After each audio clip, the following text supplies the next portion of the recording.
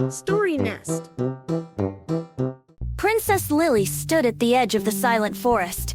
Its trees, usually ablaze with autumn hues, were now draped in a monotonous gray, as if a sorcerer had stolen their vibrancy.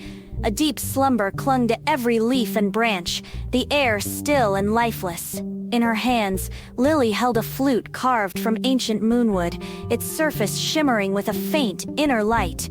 It was an heirloom, imbued with the magic of nature, said to be capable of coaxing life back from the brink of stillness. Taking a deep breath, Lily raised the flute to her lips. A hush fell over the gray landscape, as if even the sleeping trees held their breath in anticipation. Her fingers danced across the smooth wood, and the first notes drifted into the silent air. The melody was soft and tentative at first, like a whisper carried on a non-existent breeze. It spoke of the sun's warmth, of gentle rain, and the vibrant hues that once painted the forest canopy. As the music flowed, a subtle change began to ripple through the forest. The gray on a nearby maple seemed to soften, a faint blush of crimson creeping along its edges. A single forgotten leaf stirred on the ground, a whisper of gold returning to its surface.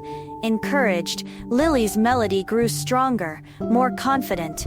The flute sang of the fiery oranges of the oak, the russet browns of the beech, and the dazzling yellows of the aspen. It painted sonic pictures of swirling leaves and the crisp scent of autumn air.